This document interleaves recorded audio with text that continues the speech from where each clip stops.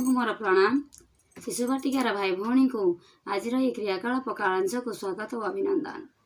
ଶିଶୁ ଭାଇ ଭଉଣୀ, ଆଜି ଆମେ ଗୋଟିଏ ନୂଆ କ୍ରିୟାକଳାପ କରିବା। ସେ କ୍ରିୟାକଳାପର ନାଁ ହେଉଛି ରୋଷେଇ ସାମଗ୍ରୀର ପରିଚୟ। ଆଚ୍ଛା ଭାଇ, କହିଲ ଆଜି ଖାଇକି ଆସିଛ? ଆଜ୍ଞା। ଆଜି କ'ଣ ଖାଇଛ? ଭାତ, ଡାଲି, ଭଜା। ହଁ, କିଏ ରୋଷେଇ କରିଥିଲେ? ମାମା। ମାମା ରୋଷେଇ କରିଥିଲେ। ମାମା କୋଉଠି ରୋଷେଇ କରିଥିଲେ?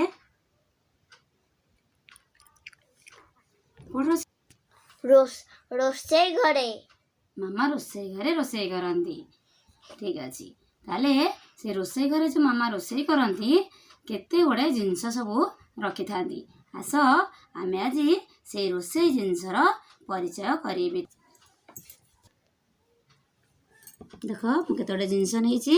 ଏବେ ଆସ ସେ ଜିନିଷକୁ ଚିହ୍ନିବା। କେଉଁଠି କେଉଁ ଜିନିଷ? ଏଇଠି କ'ଣ କହିଲ?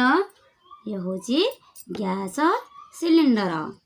ଏଇଠି ହେଉଛି ଗ୍ୟାସ ଚୁଲା। ଆଉ ଏଇଟାକୁ ଦେଖିଲ, ଇଏ ହେଉଛି ପ୍ରେସର କୁକର। ଇଏ ହେଉଛି ପ୍ଲେଟ। ଏଇଠି ହେଉଛି ପ୍ଲେଟରେ ଆମର କପ୍ ଅଛି, ହେଲା, କପ୍ ପ୍ଲେଟ। ଆମେ ଏଥିରେ ଚା ପିଉଛେ। ଇଏ ବି ହେଉଛି ସେଇ କପ୍ ପ୍ଲେଟ। ଏଥିରେ ନା ଆମେ ଚା ରଖୁଛେ। ଏଇଟା ହେଉଛି ହଟକେସ୍। ଏଥିରେ ଆମେ ରୁଟି ରଖିବା।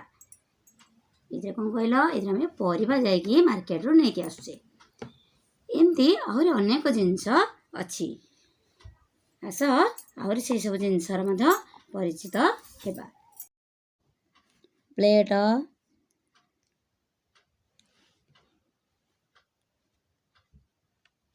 ଚାମଚ,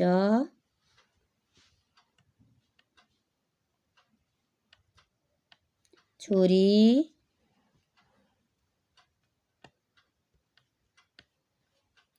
ଗ୍ଲାସ,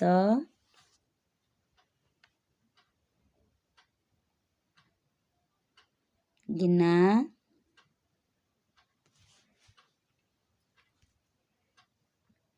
ଜଗ,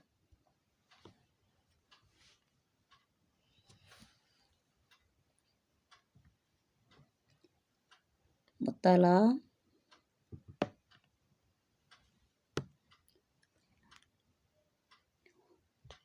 ଟ୍ରେ,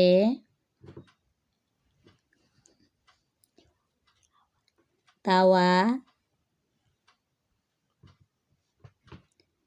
ଗ୍ରାଇଣ୍ଡର,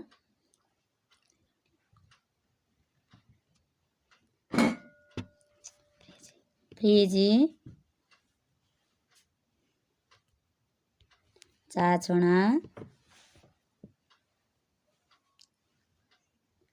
ଚାଲୁଣି,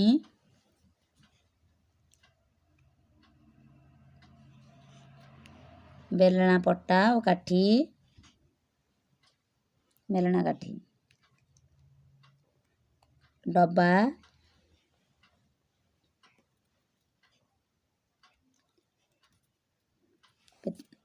ହେଉଛି ପିଠା ବାତିଆ। ଦେଖ, ମୁଁ ଆହୁରି କେତେ ଗୁଡ଼ାଏ ଏଭଳି ବାସନକୁସନ ଫଟୋ ସବୁ ଦେଖେଇଛି। ଏହିପରି ତୁମେମାନେ ଖାତାରେ ବିଭିନ୍ନ ପ୍ରକାର ରୋଷେଇ ସାମଗ୍ରୀର ଫଟୋ ସଂଗ୍ରହ କରିବ, ଖାତାରେ ଲଗେଇବ।